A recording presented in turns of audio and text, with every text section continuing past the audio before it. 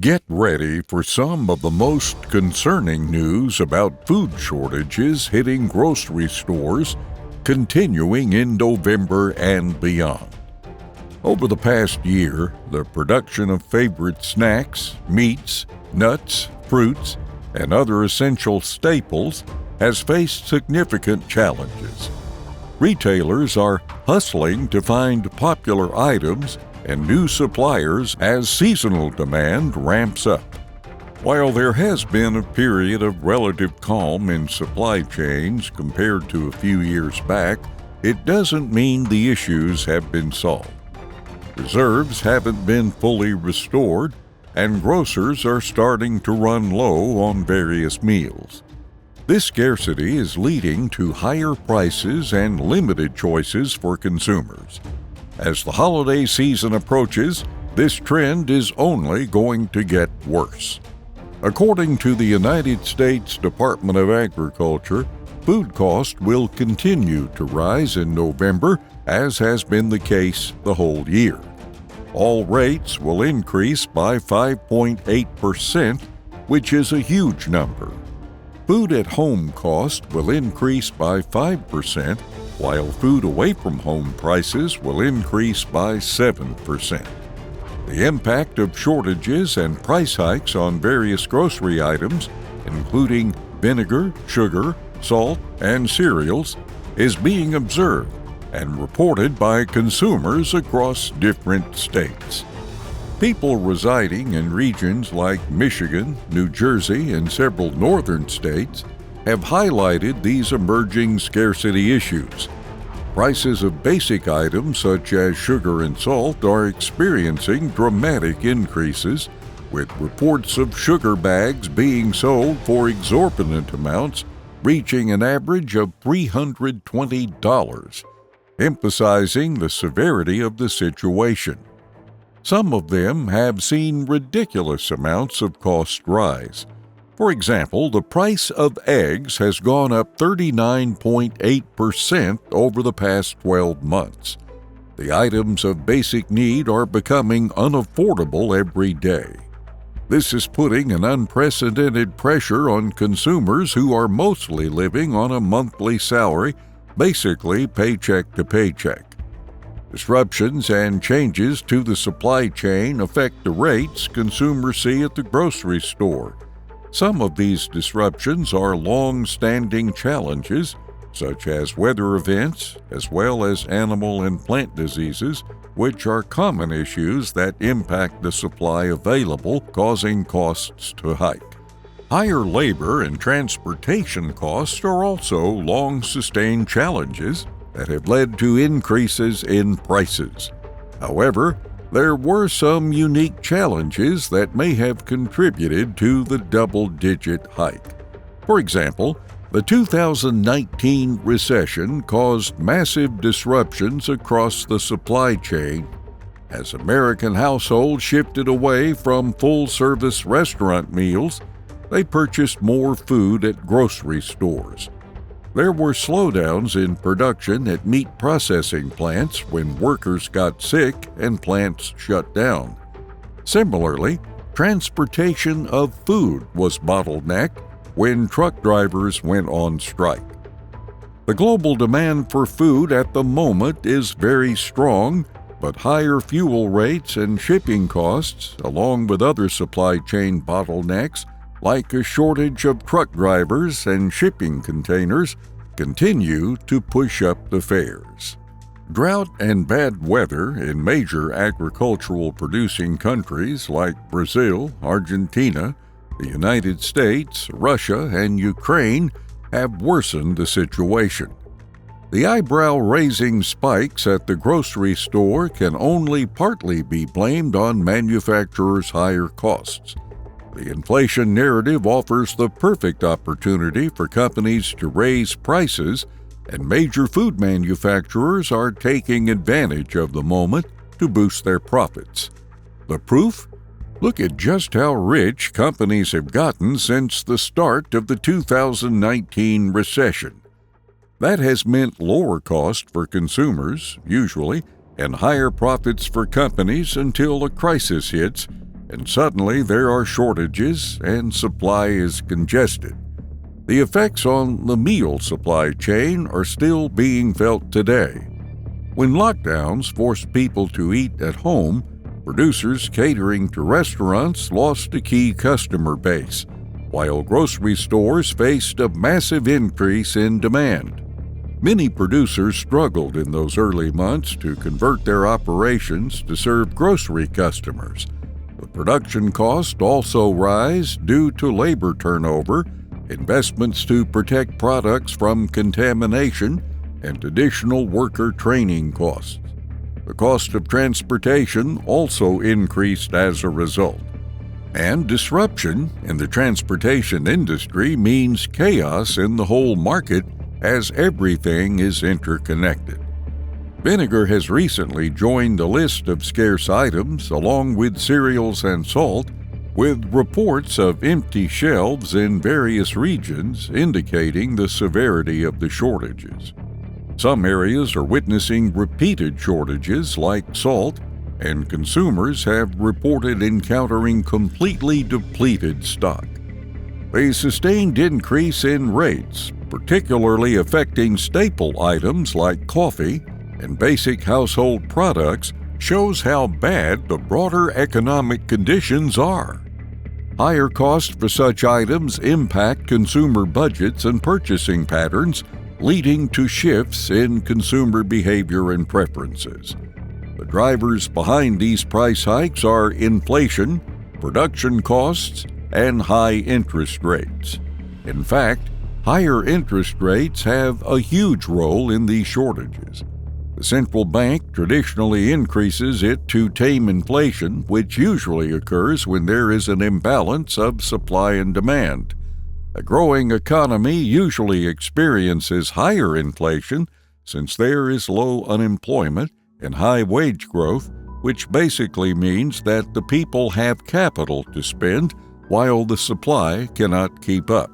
So when the central bank increases interest rates, it makes it more expensive for consumers and businesses to borrow money for obvious reasons.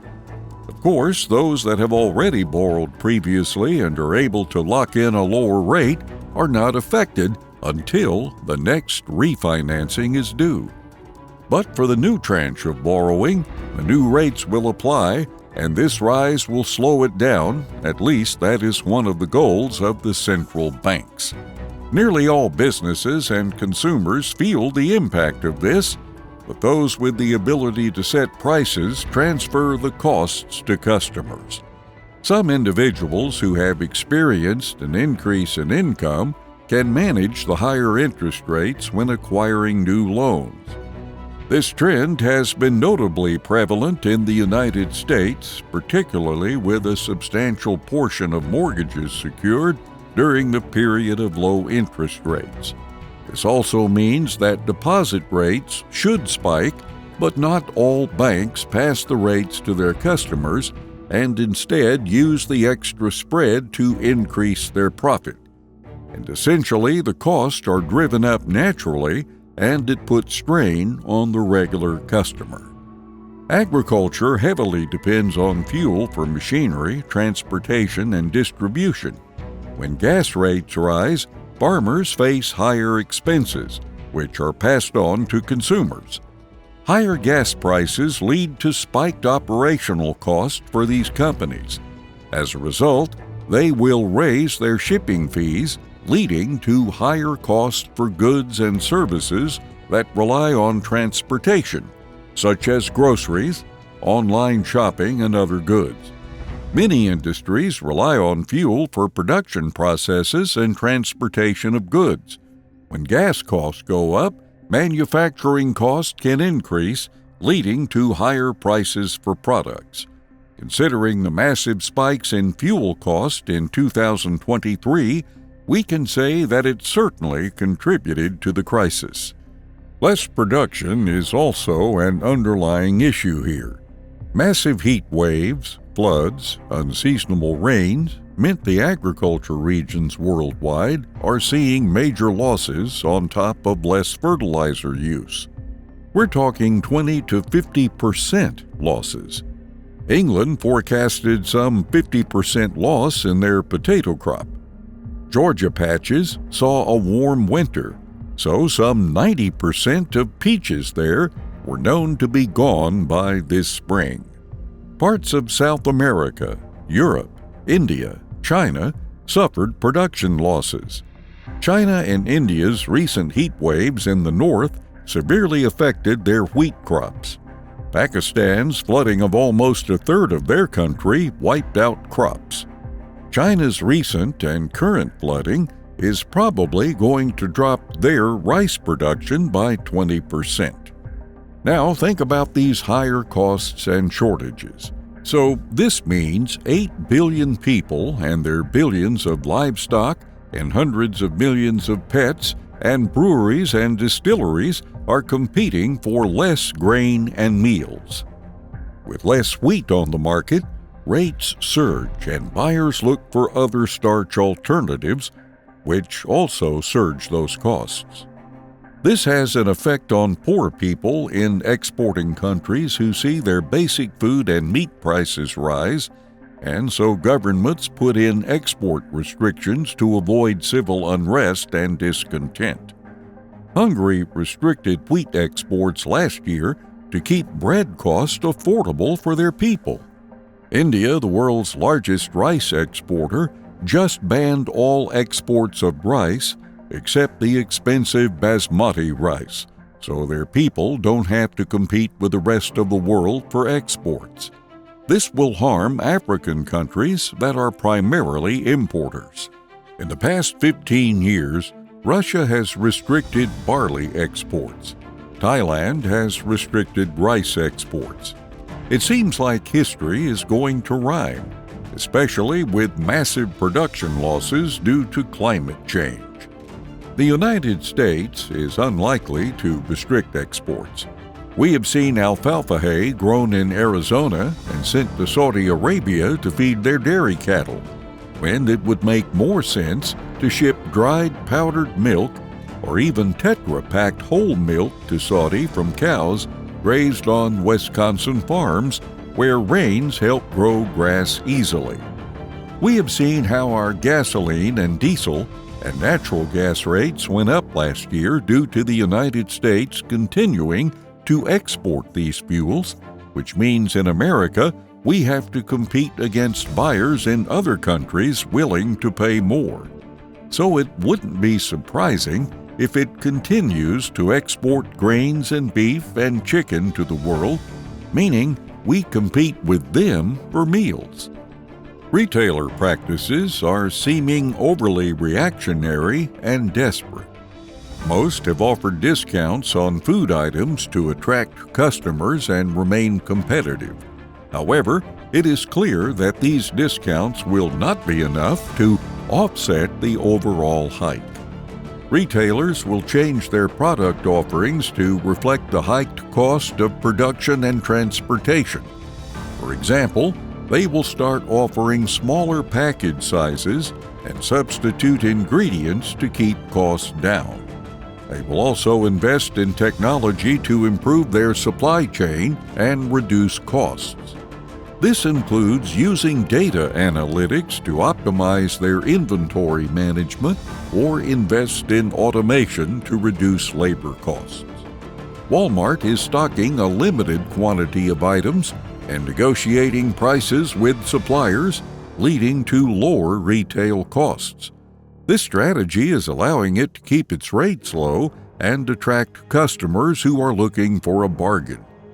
According to various sources, including Barron's and Box, there is an expectation of future price raises on items like canned vegetables after rollback offers expire. This is due to several factors, including inflation and increased transportation costs. As a result, retailers will adopt certain practices to manage their pricing strategies and remain competitive.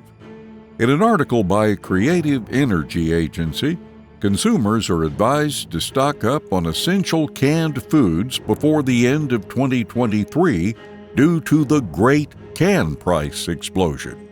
It says that the decline in center aisle canned food sales over the past 2 decades has led to steel mills that produce tin plate used by can manufacturers cutting back or closing tin plate lines.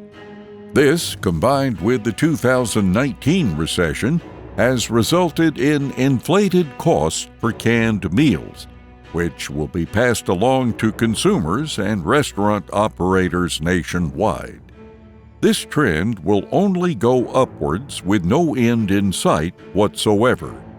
So it is a good idea to stock up on essential canned foods before the end of 2023 to avoid paying higher prices in the future.